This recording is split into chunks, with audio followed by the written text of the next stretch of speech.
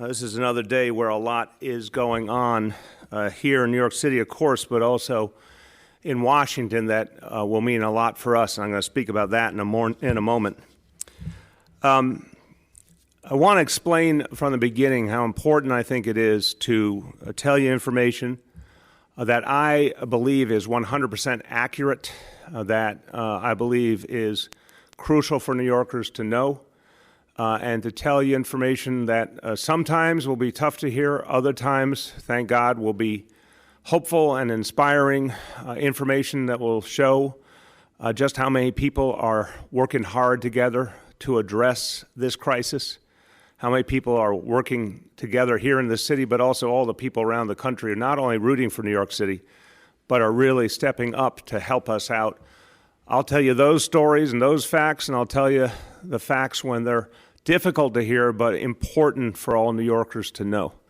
What I'm always going to be careful about is not to tell you something if I am not certain it's accurate information. A lot of times we're going to see really fast-changing developments. A lot of times we're going to have information that we do not think is complete because of this ever-changing situation, or information that might be inadvertently misleading to New Yorkers instead of giving you the complete picture. My job is to always try and sort that out and do the best I can to level with you about the challenge and what we do about it, but also constantly tell you the good news too, all the things that are being done to address this challenge. One thing I believe very, very strongly is to be honest about the timeline here.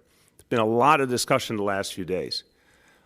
You've heard people talk about the hope that we can get back to normal really quickly in this city and in this country. I want to tell you that we should not cling to that false hope. I want to get back to normal as much as anyone. And maybe after a period of time, if we saw sustained progress, really had evidence of progress, we could have that conversation. But we're seeing right now, unfortunately, a growing challenge, a growing crisis that's clearly going to take us into April in a really tough situation. And from everything we know now, we're going to continue to deal with more and more challenges in April. And I have tried to be honest with everyone to not get into a situation where we let our guard down and we start to have false hopes. I think we're much better off being girded for battle and knowing the truth. So I believe that April's going to be tougher than March, and I think at this point May could be even tougher than April, and people need to be ready for that. But the notion that everything might be fine by Easter, I don't know where on earth that idea comes from. Certainly does not apply to anything we're seeing here in New York City. And again, if that situation ever changes, I will be the first to tell you, I assure you.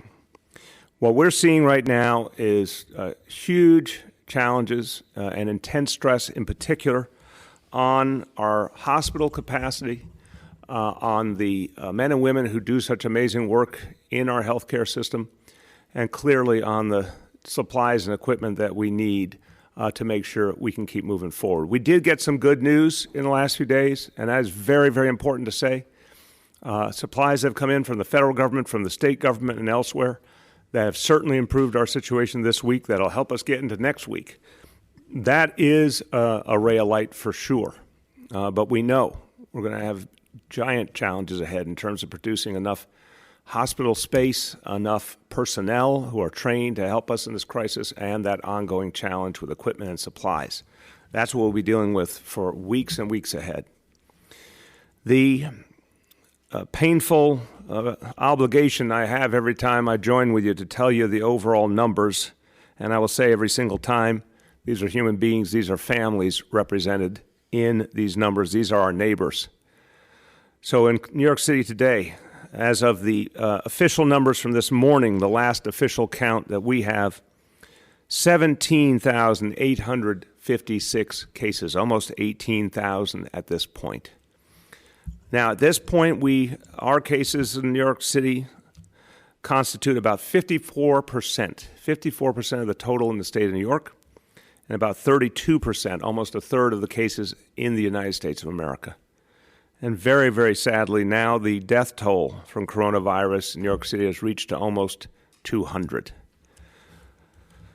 What do? It's what we do every day. We work to make sure that we fight back and we stay ahead of this crisis, and that we are winning that race against time for as many people as possible. And that starts with ventilators. This is going to be the single most valuable item, the single most valuable piece of equipment in this fight ahead. And we can say, compared to last week, we've seen real progress. The 400 that came in yesterday from FEMA, the 2,000 we expect by the end of this week, on top of that from the federal government. A big step in the right direction, but only one step more we must receive, and we must receive quickly. And that's what we're working on every single day. The goal for New York City is 15,000 ventilators. So the numbers that we have from this week gets us about a sixth of the way there, and that is important. But we got a lot more to do, and the sooner we get them, the better. We still need the federal government to maximize the use of the Defense Production Act. There's been some major steps forward in the last day or two. FEMA has certainly been taking a more aggressive role in using the possibilities of the Defense Production Act, but nowhere near where we need it to go.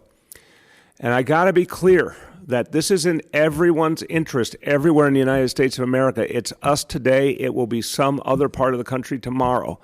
We need this production to be maximized for everyone's good. But on top of that, we have to be honest about the fact that even if the production occurs, the only way it will get to us in time on a sustained basis is if the United States military gets involved much more deeply. I had a second round of conversations yesterday with the Defense Secretary and the Chairman and Vice Chairman of the Joint Chiefs of Staff to constantly update them on what we are facing here, to thank them for the supplies and the troops that we're starting to get come in from the United States military to play a crucial role. There is some military presence now in New York City, and that's going to help us a lot, and that's going to give us everything from the extraordinary talent of our men and women in uniform, the supplies, the equipment, and also a real boost to all of our morale to see heroes from all over this country coming here to help New Yorkers, protect New Yorkers, and save New Yorkers. That's a really positive sign, but we need it to go to a much, much higher level. And for the good of our nation, we need the military to be directly involved in getting supplies all over this country on a really rapid basis, starting with those ventilators, putting into play their extraordinary medical personnel on a much higher level, and bringing medical personnel, civilian medical personnel from all over the country to serve here quickly. And then we will all together turn to support the next part of the country that deals with this challenge after our crisis is over. But I have to be clear, if the military is not mobilized on a higher level, I can't see a scenario where those supplies, that equipment, those personnel get where they need to go here in New York City in time. The only way we have a guarantee is with the active presence of the United States military. Now, today in Washington, obviously, there's been real movement on the stimulus bill, although we are still waiting to confirm exactly what's going to be happening with it. We have seen a lot of detail come out today. And I have to say that I will talk in a moment about some of the things in the bill that are absolutely crucial for New York City and for the people of New York City, and some of the things that went right. But I gotta first honestly talk about the thing that didn't go right and what has to be done to fix it. And that has to be addressed really quickly. Look, here's the truth. It was the majority leader of the U.S. Senate, Mitch McConnell, who stood in the way of real aid to New York City and New York State. That is just a fact. We know from all the negotiations that played out in recent days that all the other parties were willing to do more to support direct aid to New York City, direct aid to New York State, to keep our governments functioning at their current level. Look, we are every single day doing more and more to address COVID-19. We are doing more and more to help people in need, and the need keeps expanding all the time. At the same time, of course, our economy has ended up in a very difficult situation, and our resources are plummeting, our revenues plummeting. The money that we use to help people is drying up. So the most obvious thing in the world would have been to say, okay, we know, everyone in the country knows New York City is the epicenter of this crisis. Therefore, the state government, the city government in New York need all the help they can get to keep helping everyday people and to keep afloat everything else that we do. We need every other service of government to work, police and fire and water and sanitation, all the things we do. And that gets harder and harder if you have less and less money. So it should have been one of the easiest no-brainers in the world for the U.S. Senate to include real money for New York City and New York State in this stimulus bill. And yet it didn't happen. And we know why, because Mitch McConnell wouldn't let it happen. I don't understand how anybody, any public servant could live with themselves if they deprive the cities in the middle of the biggest crisis since the Great Depression, deprived our state of the money we need. Giving New York City $1 billion out of a $150 billion pool that they provided for the entire country, but we are 1/3 of the cases in this country right now. Someone do the math down there in Washington in the Senate Republican majority. Someone do the math. They gave us less than 1% of the money that they were giving out to cities and states, and we have 1/3 of the cases in the nation. That is just immoral. I am going to call President Trump. I've spoken to President Trump several times about the stimulus bill, about what it means to New York City. I'm going to call President Trump and appeal to him to intervene, to either fix this bill as it is, or to guarantee that there will be another stimulus bill in the coming weeks that will address this problem immediately.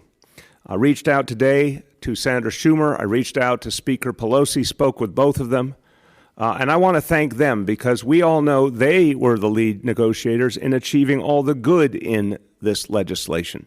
The direct money that will be provided to families in need, to working people who have lost their jobs, those extended employment benefits, the grants to small businesses. Senator Schumer and Speaker Pelosi made a priority of helping the American people and helping the people in New York City who are suffering. And only because of their presence did those items end up in the legislation. I say thank you to them. But I know where the roadblock is on the money we need to keep this city and the state going. I know it's Mitch McConnell, and I'm going to appeal to President Trump, who's from this city, who understands very personally just what's at stake here. I'm going to appeal to him to step in and fix this situation on behalf of all Americans and to make sure that all New Yorkers are safe. I'm going to give you some quick updates on some other issues.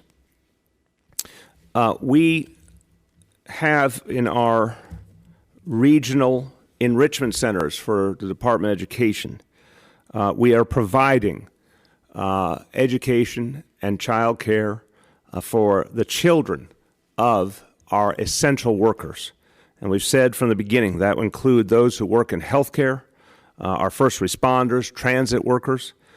Starting this Friday, we're going to add to that list workers in a number of other categories. And this is something that can be added to at any point. We'll make adjustments to the regional enrichment centers on a regular basis as we experience everything happening in this crisis and we determine the best way to proceed. So starting on Friday, the children of grocery workers and pharmacy workers, the essential staff at groceries and pharmacies, their children will also qualify for regional enrichment centers.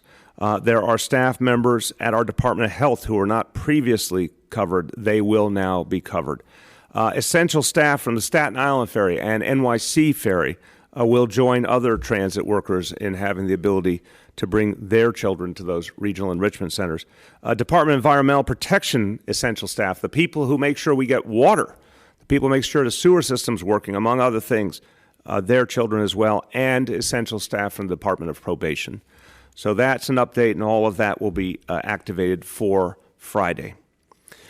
I want to also talk to you about the activities out in our communities to make sure social distancing is being enforced. I want to thank New Yorkers. Overwhelming. I've talked to the police commissioner constantly. I've gotten statistics from numerous agencies. I've gotten counts on how many inspections are done, what came from a number of encounters, thousands and thousands of encounters with everyday New Yorkers meeting our enforcement agents. And the results are the same every single time. Overwhelmingly, New Yorkers are paying attention to social distancing rules. They understand how serious it is. They understand it's about their health and their family's health and our whole city.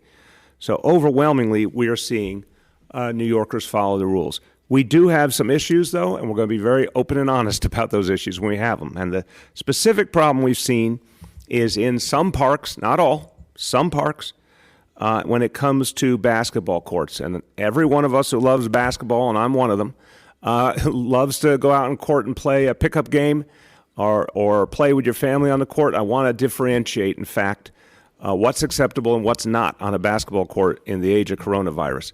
If you're a kid or adult who just wants to shoot hoops yourself, single, solitary, you can do that. Make sure you're socially distanced from the people around you. If you're a family, the people live under the same roof, you want to play with each other on the basketball court, that's fine. But what's not fine anymore is any kind of basketball game between people who do not live under the same roof, because let's face it, it's a contact sport. People get close together. It creates a danger. It does not mean social distancing. So here's what we're going to do. I've heard back from the Parks Department and the NYPD that they have found 80 locations, 80 courts around the city out of about 1,700 that after repeated attempts to make sure everyone there understood what social distancing was, they did not get the response they wanted. And so in those 80 locations, we are going to remove the basketball hoops and make it impossible, sadly, for people to play basketball there. That's what we have to do right now at those 80 locations. The courts will still be there for folks who want to do any other kind of recreation, and we'll be enforcing that. But there will not be any basketball games because there will not be any basketball hoops. As I said, there's about 1,700 locations total. So that means about 1,600 more courts that we can leave intact if people follow the rules. People don't follow the rules, we'll take the hoops down there. And if we have to end up closing off basketball courts across the board, we'll do it if we have to. I don't want to do it. I want to see if we can get it right. I want to give people maximum options.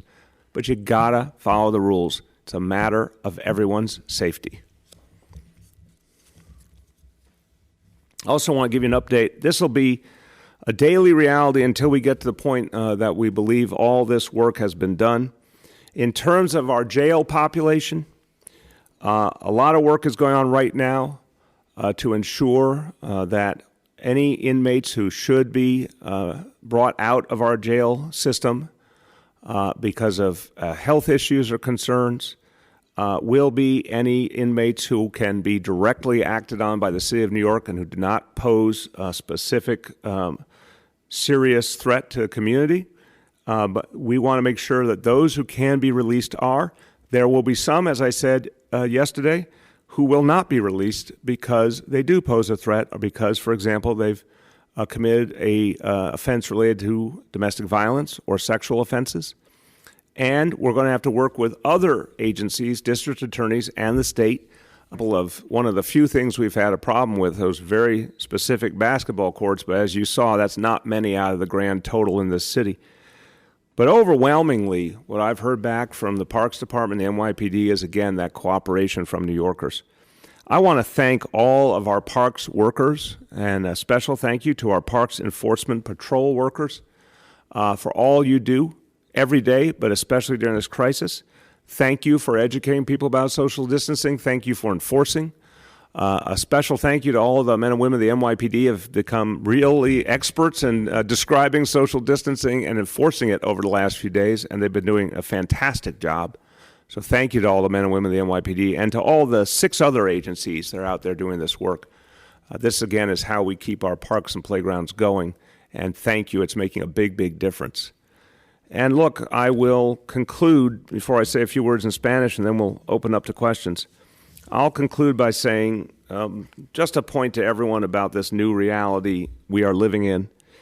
It is very easy to feel alone in a situation like this, but you really, even if you feel it, even if you feel the confusion and the uncertainty, I guarantee you're not alone. First of all, there are millions of us all feeling a lot of the same things. Second of all, there are literally hundreds of thousands of good people working every single day to protect you, whether it's our first responders, our healthcare workers, our transit workers, and all those other essential workers, folks at the grocery stores and the pharmacies I mentioned earlier. So many people who are making it their business to get out there and help you live your life and protect you and your family. So you may feel alone sometimes, but I guarantee you, you're not. There's a lot of heroes out there who are going to help us save lives, and that's what we do here in New York City. That's a New York City tradition. Even in the toughest times, New Yorkers step up. In fact, a lot of people would say it's in crisis in a moment like this that New Yorkers are at their very best, and no one wishes for a time like this. But we've seen time and time again just how good New Yorkers can be, even when our backs are against the wall. So I just want to reassure everyone, you are definitely not alone, and we will all get through this together. Let me just say a few words in Spanish. Es normal sentir temor durante esta crisis, pero no está solo. Los neoyorquinos estamos juntos en esta lucha. Si nos quedamos en casa y mantenemos distancia, podemos salvar muchas vidas. With that, I would be happy now to turn to Olivia, and we will take questions from the media. Go ahead, Olivia. Quick programming note at the top. To ensure that we get to as many outlets as possible, we're going to limit it to one question per reporter, and we'll come back around if we have time. So with that, we're going to start with Kathleen from Patch. Kathleen? Kathleen, Kathleen, can you hear us? that's not working so far. Kathleen, last call. All right, we'll come back to her. Next up is Rima from Chalk Beat. Did you say Rima? Rima, yes. Rima. Hi, Mr. Mayor. Can you hear me? Yes. Okay, great. Hi to everyone there. So I have a question just about the regional enrichment centers. Yes. Do you know what the total capacity is of the centers in terms of how many children can go there? And then do you know what the latest attendance numbers were? I'm not sure if the Chancellor is on the line. He's on the line. He is on the line. Chancellor, can you answer those questions? Chancellor, can you hear us? Chancellor? Yes, Mr.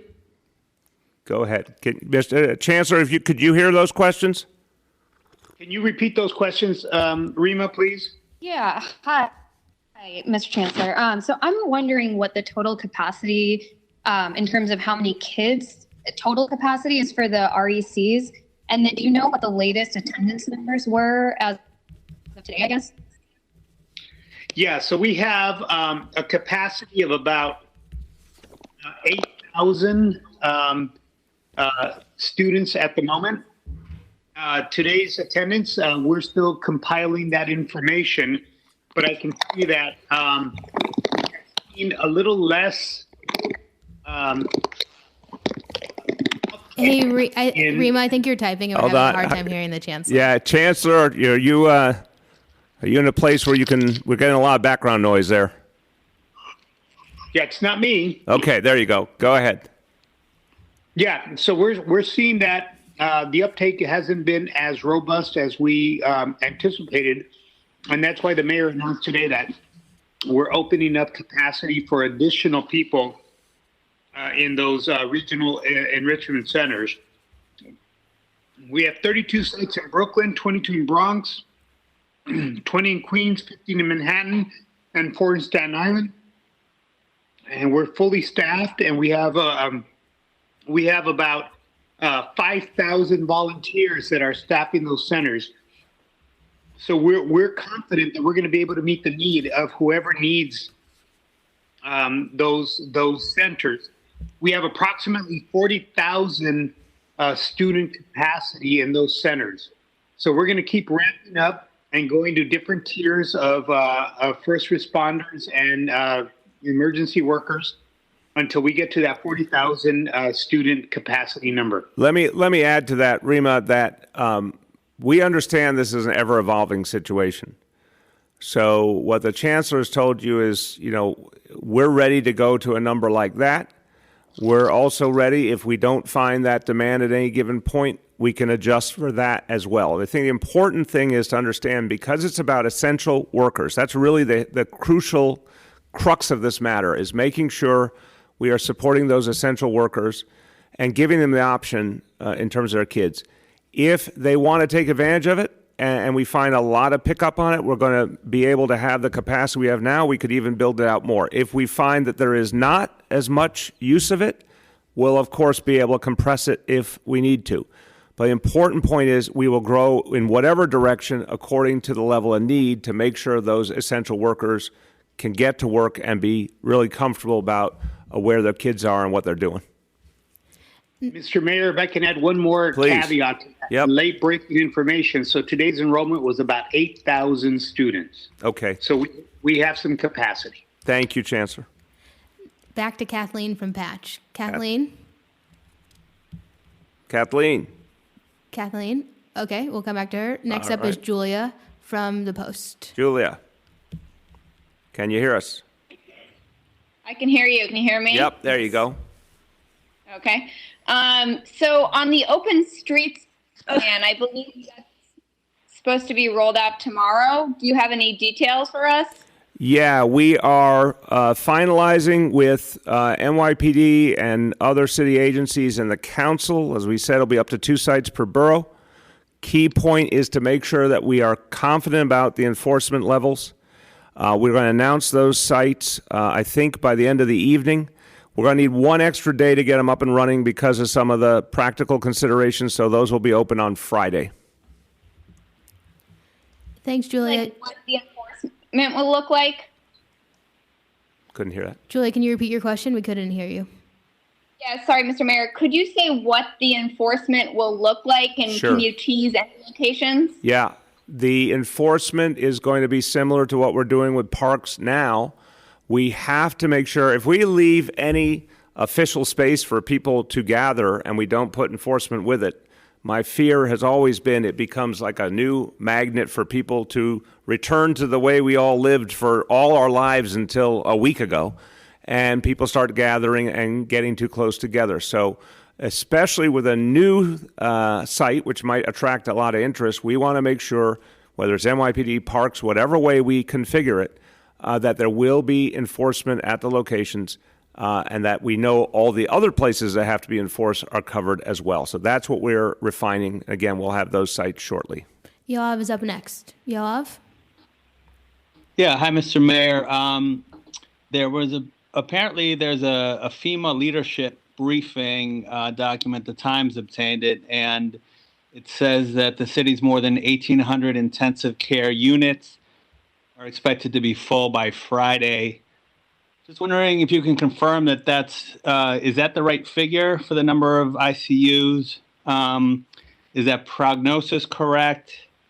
And also, as far as the 400 ventilators, how quickly do those get mobilized, the ones we got? Are those already in the hands of, are they all entirely in the hands of hospitals? Yeah, that was, as you can imagine, Yoav, the days are, I can't really remember sometimes when one day ended, the next day began. But yesterday was when I was at the warehouse in Brooklyn, and they all went out yesterday. 100 to health and hospitals facilities from that 400, 100 to health and hospitals facilities, 300 to all different types of voluntary hospitals, wherever the need was greatest. To your question about overall capacity, again, I'm going to be very, very clear that I am not going to get into details that are ever changing. So ICUs are not a fixed asset anymore. They used to be in the world we knew a few weeks ago, and are not anymore. And Dr. Katz is the person who most educated me on this point. He is going to be turning vast amounts of his buildings into ICUs. He conceivably could have a hospital that's all ICU. So there's a very fast evolving situation now where we're going to make more and more and more beds that used to not be ICU beds into ICU beds. So the notion of a fixed number is a thing of the past. It's going to be very dynamic. What we do know is if we've got the space, the equipment, the supplies, the staff, we can create an ICU bed in any hospital facility and even outside of them as we go along.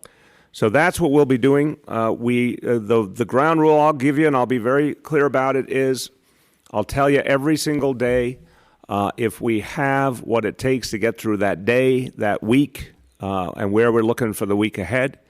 Right now, across our hospitals in New York City, we did get some good resupply, both in terms of equipment and other supplies.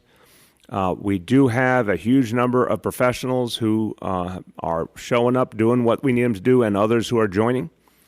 And we have the beds we need. That is the case today. That's the projection for this week into next week.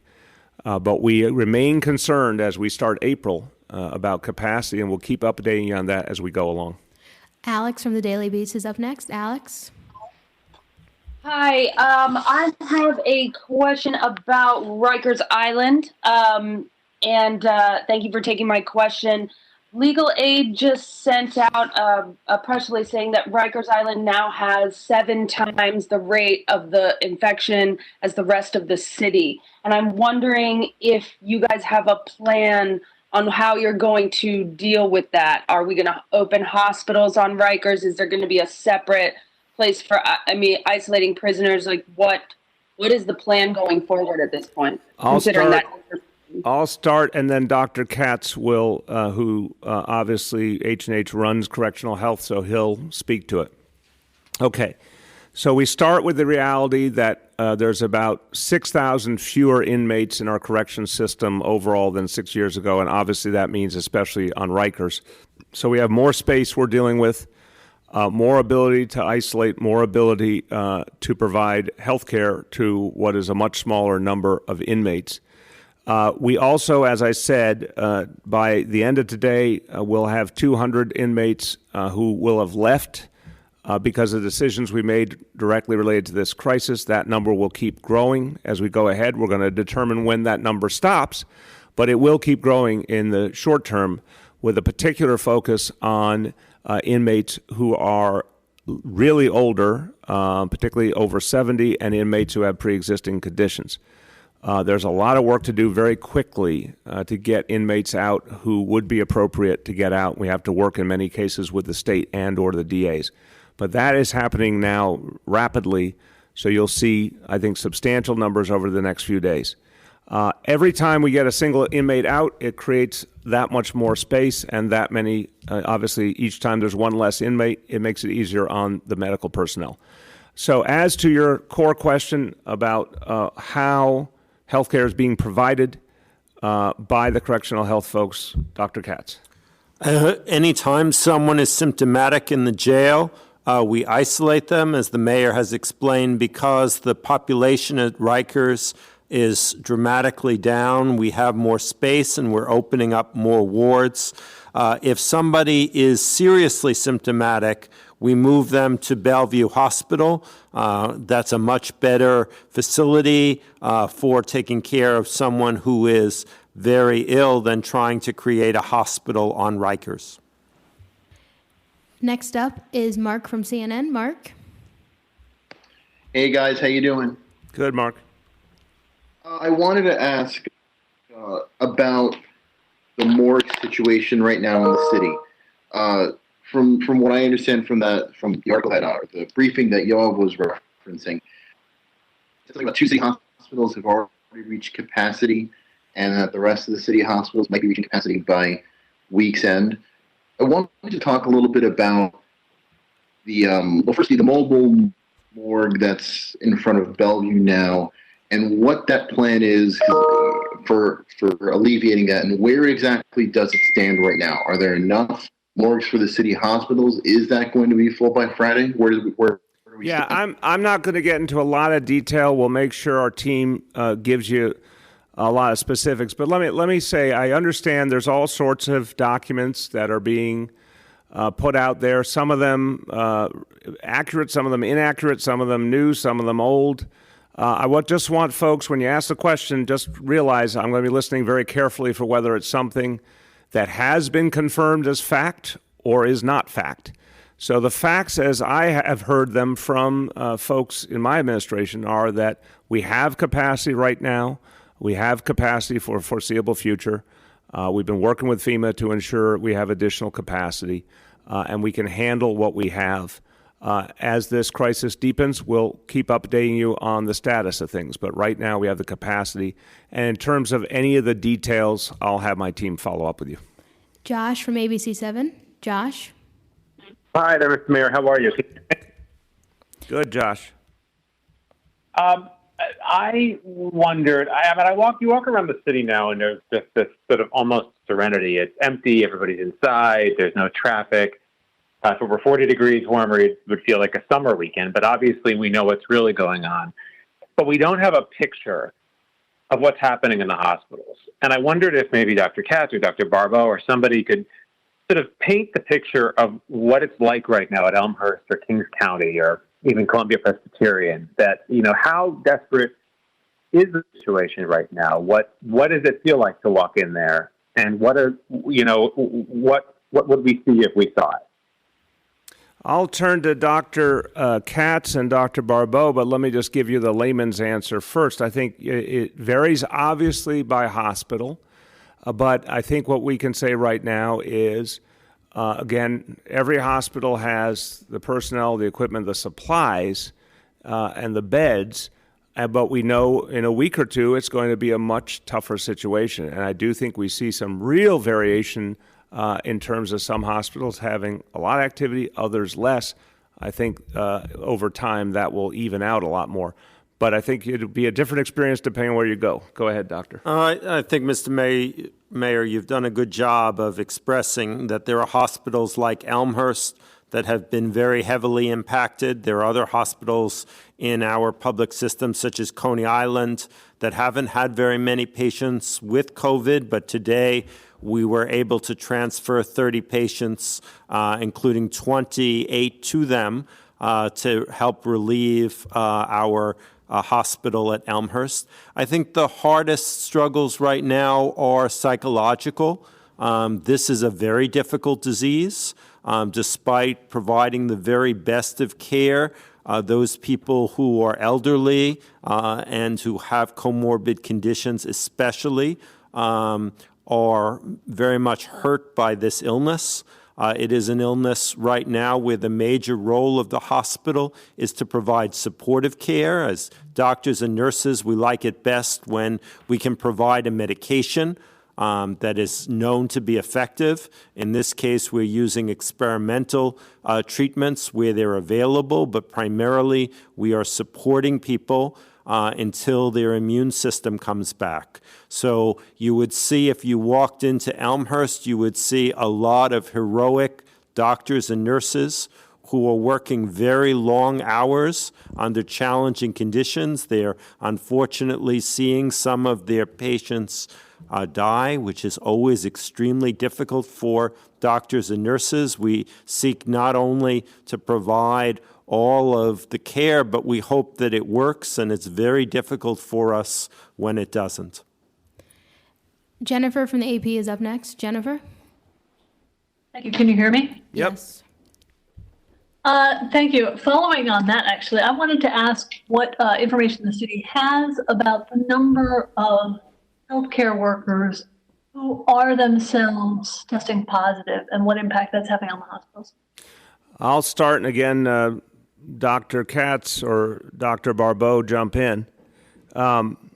Clear look, everyone's being affected. And, I said in my message this morning that we should anticipate that half of all of us or more could be infected. Although, again, thank God, most New Yorkers who are infected with this disease will have a very limited, mild experience and be able to get back to work in 7 to 10 days. So it's a real issue for all parts of the city, for all of us, but especially as we think about how much we're depending on our healthcare workers and our other essential workers. We're going to have at any given point in time a number of them, having to go home, having to take care of themselves. But in the vast majority of cases, they will come back quickly and get right back into action. But we are seeing it happen across every part of the city, including the healthcare sector. Do you want to add? Yes, absolutely. There have been healthcare workers who are infected with COVID-19, just as you would expect, given how many people are infected already in New York City. The vast majority are doing well, but there have been people who have required hospitalization. I don't think anybody has an exact number, But we wish them all, as we do with all patients who are sick, a speedy recovery. Katie Honan is up next. Katie? Katie? Hey, Mayor de Blasio, I wanted to get your reaction to statements saying that everyone who's visited New York City should self-quarantine. I'm sorry, you're saying that from the federal government?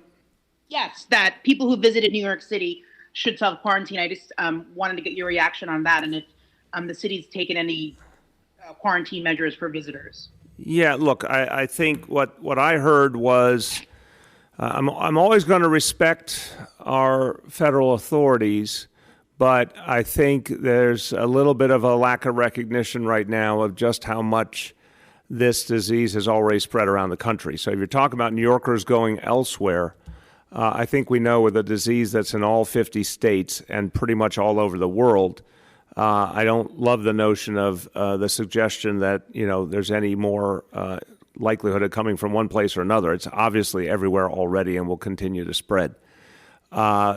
People need to be smart individually. Anyone who's symptomatic needs to isolate themselves and follow the rules we've been over so many times and, reach out only after a period of time to a doctor if they haven't gotten better. So I would say that, Katie, I think we're seeing a weird kind of, if I was using the psychological term, sort of approach avoidance to the topic of coronavirus from different officials around the country, where on the one hand, people seem to, in one moment, talk about the seriousness of the threat, and another moment sort of say, oh, it'll be over soon. It's not going to be over soon. For us, it's going to be several tough months ahead, and then for a lot of other places in the country, they're going to go through their round. So I think the notion of travel being particularly relevant at this point it seems to me pretty limited. But that's my non-medical opinion, but I'm happy if either doctor wants to jump in. I think you did it well. All right, I'm learning. Mayor, you got it just right. Okay, thank you, doctor. Bobby Kuza's up next. Bobby? Hey, Mr. Mayor. I wanted to follow up on the morgue issue. I know you said you can't confirm details, but there is a tent that's gone up on the east side, and the medical examiner's office told us they have bought 45 tents and trailers to expand the capacity of the city morgue.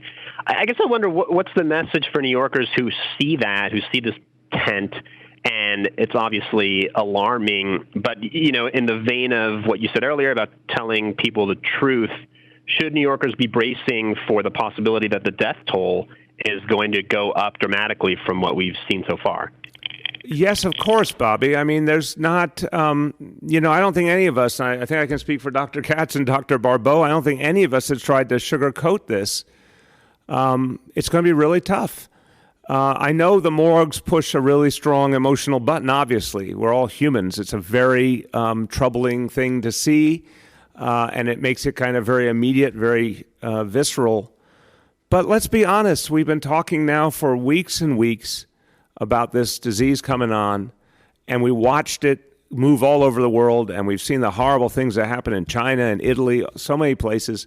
I think most people are really quite aware. I think the news media, understandably, is trying to tap into the human reality, the emotional reality. I think that's what you guys do, and that's very important. But I would tell you, having talked to so many New Yorkers, I think people are there and then some already. They know how bad this is. And I've been trying to be real straightforward. I think the governor's been very straightforward as well, and I commend him. We've been clear. It's going to get a lot worse. So clearly, what we're trying to do now is save the people who don't need to die. And that's where our constant pleas, particularly to the federal government, for more supplies, more equipment to help us get personnel, all the efforts are being made to create more beds. That's to make sure that no one dies who could have been saved. But we've been real honest that, unfortunately, we're going to lose a number of people as this continues to grow. No one's trying to, Bobby, no one is trying to downplay. It's going to be very, very painful. But let's acknowledge it's here, it's our reality. Now let's fight back. Let's do everything we can to fight back. And we can't do it alone. We need help from Washington in particular. If we get that help, we're going to be able to save a lot of lives. Matt Chase is up next. Matt? Hey there, Mr. Mayor. Last night you said you'd consider closing playgrounds if by Saturday night you guys found insufficient social distancing compliance. You also considering that for the city parks if there's similar insufficient compliance? And are there more, fewer, unchanged numbers of people reaching out to Thrive during this time? I don't have the Thrive statistics, but I will say I think anyone, I know the governor made an announcement today, which I thought was very good for folks all over the state who are feeling anxiety, who are fearful, who need someone professional in mental health to talk to. I was very happy to see that. And certainly with Thrive, a reminder to all New Yorkers, you can call 888 NYC Well, 24/7, trained counselors, multiple languages. There's nothing wrong with feeling afraid or anxious at this moment. If you need some help, pick up that phone. And they can also help you get ongoing mental health support if you need it. But so that's that part of the question. To the part of the question, and again, we'll get you the follow-up on the numbers, Matt. I don't have them at my fingertips. On the question of the parks, no, I really glad you asked it. I want to differentiate strongly the parks and the playgrounds. The area that we're all concerned about to make sure that there's real clear adherence to the rules, or else by the end of Saturday, we might get to a shutdown, is the playgrounds themselves. The parks obviously are, many of them, huge. They're absolutely necessary in a situation like this. Parks will remain open, but with a lot of enforcement under any scenario. So there's a real differentiation there. And again, we'll make that decision on the playgrounds at the end of Saturday after we've seen how it's gone up to then. Amanda from Bloomberg is up next. Amanda? Amanda? Can you hear me? Yep. I'm wondering, we had a story today about emergency medical services, seeing the most calls since September 11th. Are you worried about, whether the services are staffed enough, or is there any kind of change to the resources that, emergency medical services have at this time? It's a great question, Amanda. I mean, until very recently, I checked with Commissioner Nigro only days ago. We were actually fairly steady, fairly normal. We also had that reality with emergency rooms around the city by and large. So we've really seen some movement in recent days. And obviously, we're additionally concerned because the number of workers are out sick.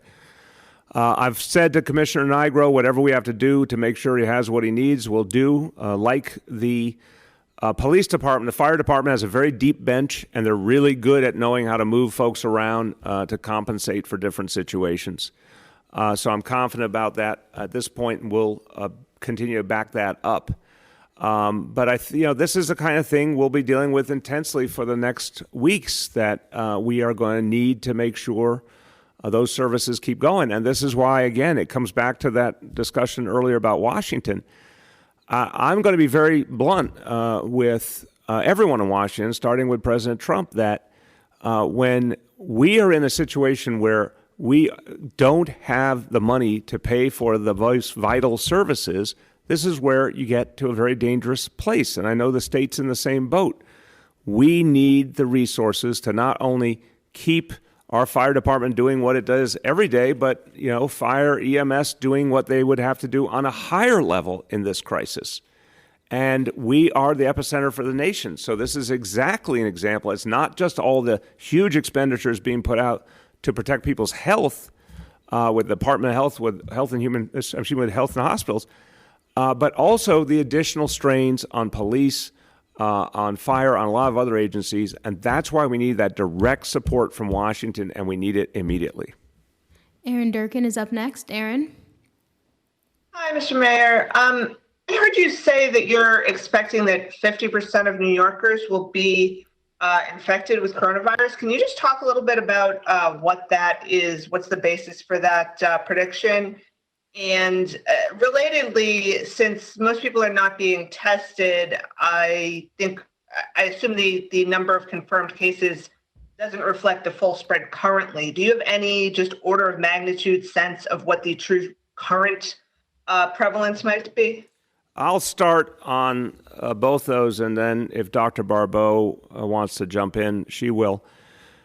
Aaron, I don't think there's anyone that knows the answer accurately to your second question. Perfectly fair question. I think my layman's way of saying it is there's a lot more people out there who have had coronavirus already and gone through the whole course of it, and people out there right now who have it. There's a lot more of them than we know, and there's a lot, obviously, who have never been tested.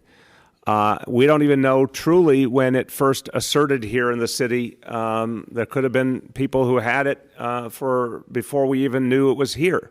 So what we do know, based on a lot of different projections, and we don't have a perfect single projection, but sort of compositing a lot of projections is it's a fair bet to say that half of all New Yorkers, and maybe more than half, will end up contracting this disease.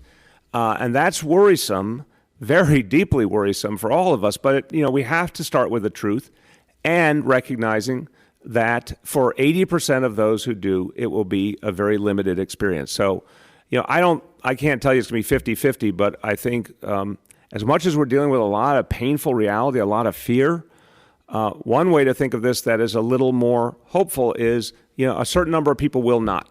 And that may be 50% or 45% or 40%, whatever it is, a certain number of New Yorkers will not contract this disease this season. And of the ones who do, 80% will have a very limited experience. But for that other 20%, we have a lot of work to do to protect them. Most of them, of course, the vast majority of even them will come through okay. But we have to make sure of that by really having all the health care they need available. So anyway, the answer is it is a composite of a lot of different projections, but I think we see consistently that 50% plus is the right way to think about it. Dr. Barbeau, do you want to add? Yeah, Mr. Mayor, I think you got it right. The only thing I would add is that right now, I think it's safe to say that there are tens of thousands of New Yorkers that are somewhere along the spectrum of having COVID-19 or having been exposed to COVID-19. And that's why it's so important for people to stay home. We've been saying all along that person-to-person transmission is widespread in the community, and 80% of folks will have mild illness. And I think also just to reemphasize what the mayor said in terms of, we think 50% will, by the end of this epidemic, this pandemic, so by the time September rolls around, likely 50%, but it could also be much higher. And so that's why we've been so focused on slowing the spread of this pandemic, because we don't want all of those people to be seeking health care at the same time. The measures that we are putting into place in terms of closing schools, in terms of telling New Yorkers to stay home, is our best chance at slowing that spread and then spreading those individuals who may need to seek health care in a hospital, spread it out over time so that we maintain the capacity to treat everyone who needs treatment. Last two, Ashley from the Times. Ashley, can you hear us? Yes, I can. Thank you. My question is for the police commissioner. I don't think we have the police commissioner, Ashley.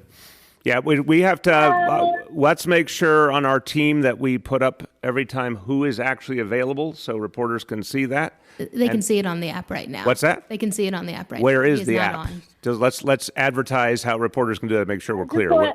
Yes. Yeah, it's fine. I just, I'm on audio only, so the list is not there. Anyway, but maybe you know the answer to this question, Mr. Mayor. The NYPD sick rate is approaching 10%, and the police commissioner in the past has talked about going to 12-hour shifts and doing reassignments of administrative officers to patrol jobs. I wonder if you can, with the most recent numbers, tell us, at what point the NYPD goes to those contingency options, and what happens if they exhaust them? For instance, do they call in the National Guard? Yeah, Ashley, appreciate the question, but I'd say, first of all, we're not to that point with even the 12-hour shifts and all yet. At any point, we might get there, and we'll obviously announce it when and if we do. Last conversation I had with the commissioner, he was confident that, we're sort of in plan A now, and plan B was very, very straightforward about how to utilize people differently, and we got a lot of people to work with. Again, we also have to remember that for the vast majority of folks who get sick, after 7 to 10 days, they'll be back. And I would further remind you, there's no one taking vacations now. And there will not be people taking vacations anytime soon for any of us until this battle is over. So we're going to have a lot of areas where we lose different public servants for a period of time, but we also are not seeing people take their normal time off like they would in peacetime. And we'll make all the pieces fit. In terms of needing any outside help, we are nowhere near that at this point. If we ever get to that point, we'll talk about it, but we're nowhere near that. Last call is Kathleen from Patch. One more time. Kathleen, can you hear us? Can you hear me this time? There you go. Third time's a charm, Kathleen. Thank you for your patience, Mr. Mayor. I just wanted to check in with you about a potential rent freeze. I know that you said last week it was something you would potentially support, and April 1st is fast approaching. What's your update for the renters out there who have concerns? Thank you for the question, Kathleen. There's obviously the process that our Rent Guidelines Board goes through, and we'll have more to say on that soon for sure. But there's also a question of beyond the Rent Guidelines Board, how we should handle folks who are not covered by rent stabilization. Look, I think at this point, I mean, we know for all intents and purposes, evictions are not happening. And that is absolutely the right thing in the middle of a crisis like this. To the question of whether we can do something deeper like a rent moratorium, this is an idea that I think has a lot of value to it. I'm going to be looking to see if something like that is possible. Even though I'm heartened by what I see in the stimulus bill in terms of money back in people's pockets, again, I want to get all those details, and I want to see how long it's going to last, and I want to see how long this crisis is going to last. I mean, that will certainly help. But we need to understand if it's enough for people to actually make ends meet and be able to afford food, be able to afford the rent, be able to afford medicine. And if not, we need to look at all, any and all possibilities.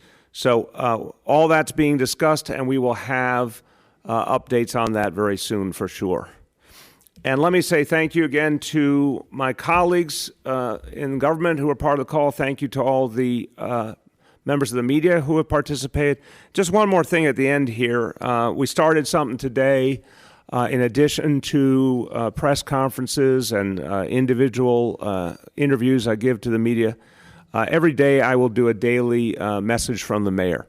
It's going to be a very brief, but I hope helpful message, giving people a little bit of grounding as we start the day, as where we stand, what we're dealing with, and some very important reminders about how to think about this situation, but also answers to questions that everyday New Yorkers are asking me and all of us in government. So I'll make that a daily feature. I'll give some opening statement, but then I'll quickly go to talking about questions I've received and giving you answers that I hope will be very helpful to you in your everyday life. Anyone who has a question for me, you can go to hashtag AskMyMayor. Again, hashtag AskMyMayor, and raise whatever question it is. It could be something about, very specific to your neighborhood or your life. It could be something that we're all dealing with, but send in your questions. I'll try and answer as many as I can, and we'll make sure that we're constantly updating people on things that they care about. You can get that message from the mayor every day at 9 a.m. It'll go up, and you can find it on my Twitter feed, and that's at NYC Mayor. You can find it at Facebook, which is NYC Mayor, and on Instagram at Mayor Bill de Blasio. And I will constantly endeavor to give you information in a brief, straightforward manner that will really hopefully help you get through this crisis. And I'll conclude by saying the one thing I know in my heart, and I know for sure, and it is a fact, we will get through this crisis. And it will not be easy, but we will all get through together. Thank you, everybody.